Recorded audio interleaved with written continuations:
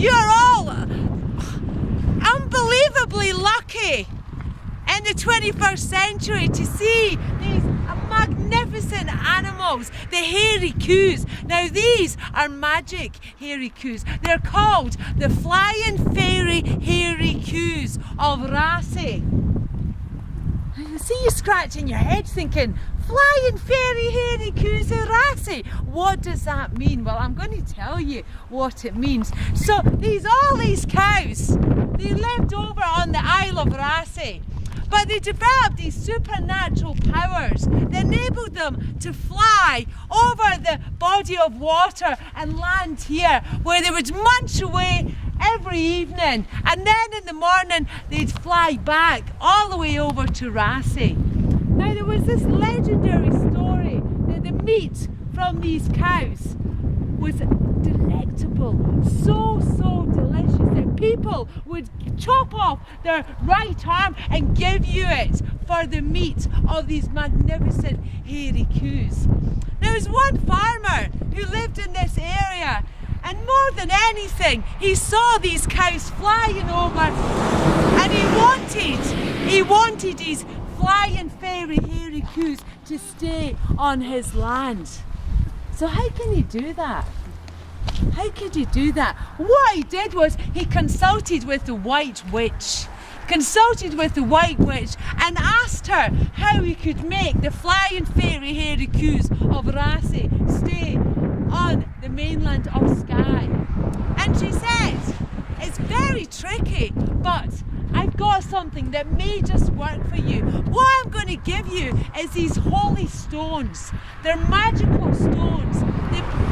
They contain supernatural energy. And what you need to do is you need to get these stones and put them in this huge cauldron. And then you have to take some water from the burn of your land and then some heather. And you have to mix it up in a big pot so that the stones are burning hot. And then what you do is you take the cauldron out into the area where you want the flying fairy hairy coues to stay, and then you chant to the gods. And he said, chant? What do you mean chant? She said, you need to feel possessed by Mother Nature and the earth, and you have to chant to the gods and ask them for holy water, and this holy water will spread out across your land, and the flying fairy hairy coues of Raasay will stay forever. So he did. He boiled up this huge pot with the stones and the heather and the water from the burn, and he mixed exactly how the White Witch told him. He mixed the pot, and then when it was nice and bubbling, he picked it up, put it on his cart and rode out into the glen.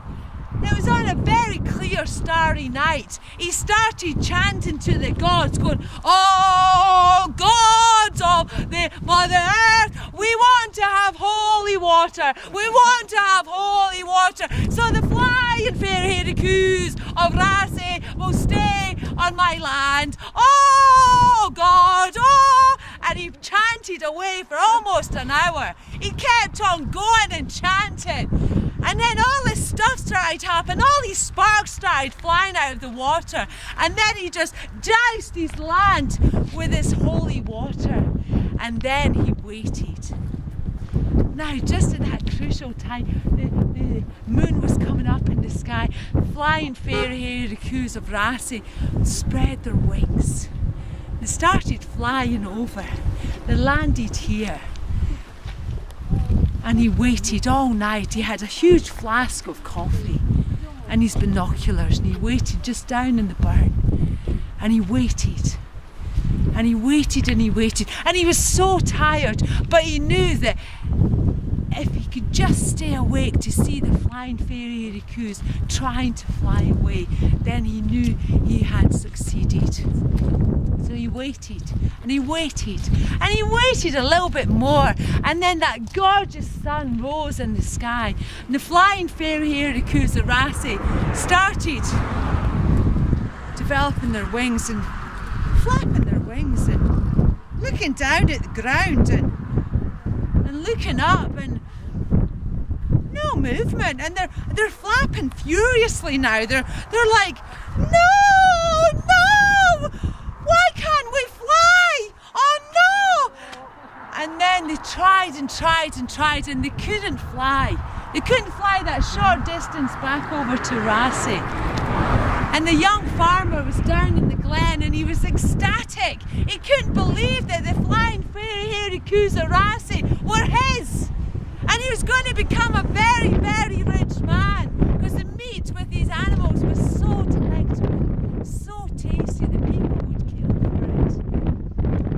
But obviously, the flying fairy hairy coos at Raasay were really pissed off at him to stay here on this piece of land.